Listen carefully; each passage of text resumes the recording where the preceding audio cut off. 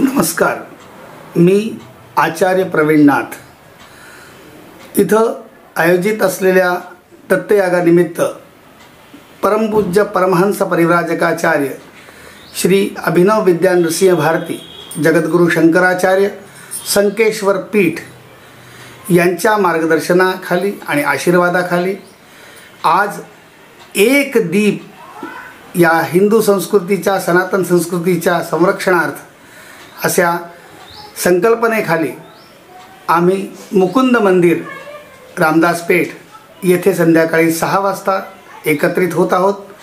स्वतः जगद्गुरू तिथे उपस्थित राहतील। तेव्हा मी आपणा सर्वांना आव्हान करतो की आपण आपल्या घरून किमान 2 दिवे तरी घेऊन तिथे यावं आणि हा दीप हिंदू संस्कृतीच्या रक्षणार्थ संरक्षणार्थ तिथे प्रज्वलित करावा, जगद्गुरूंचं मार्गदर्शन प्राप्त करावं। तसेच 8 आणि 9ला होणाऱ्या दत्तयागामध्ये 8 तारखेला संध्याकाळी 4 वाजता गोरक्षणपासून तुकाराम चौकापर्यंत आणि तेथून जुने RTO रोड गुरुकृपा मंगल कार्यालयापर्यंत एक भव्य शोभायात्रेचे आयोजन केलेले आहे। त्या शोभायात्रेमध्ये सम्मिलित होऊन स्वयं शंकराचार्यजींचा व इतर संतांचा आशीर्वाद प्राप्त करावा आणि आपल्या संस्कृतीचा सकल हिंदू समाजाचा एक कार्यक्रम त्याला साफल्य प्रदान करावे। धन्यवाद। नमस्कार, मी पल्लवी कुलकर्णी, दत्त उपासना मंडळाची व्यवस्थापकीय प्रमुख।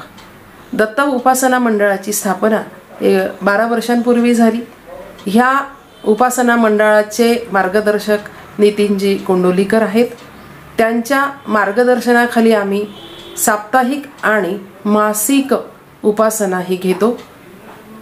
दरवर्षी श्री याग, गणेश याग आणि दत्त याग असे विविध जिल्ह्यांमध्ये आतापर्यंत घेण्यात आलेले आहेत आणि आपल्या भारताची जी सांस्कृतिक विरासत आणि युगानुकूल वैज्ञानिक दृष्टिकोन हा कळावा याकरता विविध जिल्ह्यांमध्ये पुण्यभूमी भारत या विषयावर निवासी शिबिरे घेण्यात आली आहे आणि दरवर्षी घेतली पण जातात। यावर्षी समाजाच्या व वैयक्तिक आध्यात्मिक उन्नतीकरता दिगंबरा या नामजपाचा 18 लाख करण्याचा असा संकल्प घेण्यात आला आणि त्या नामजपाची सांगता दत्तयागाने गुरुकृपा मंगल कार्यालय येथे 8 आणि 9 नोव्हेंबर रोजी होणार आहे। 8 तारखेला बरोबर 4 वाजता गोरक्षण संस्थान येथून शोभायात्रेला सुरुवात होणार आहे।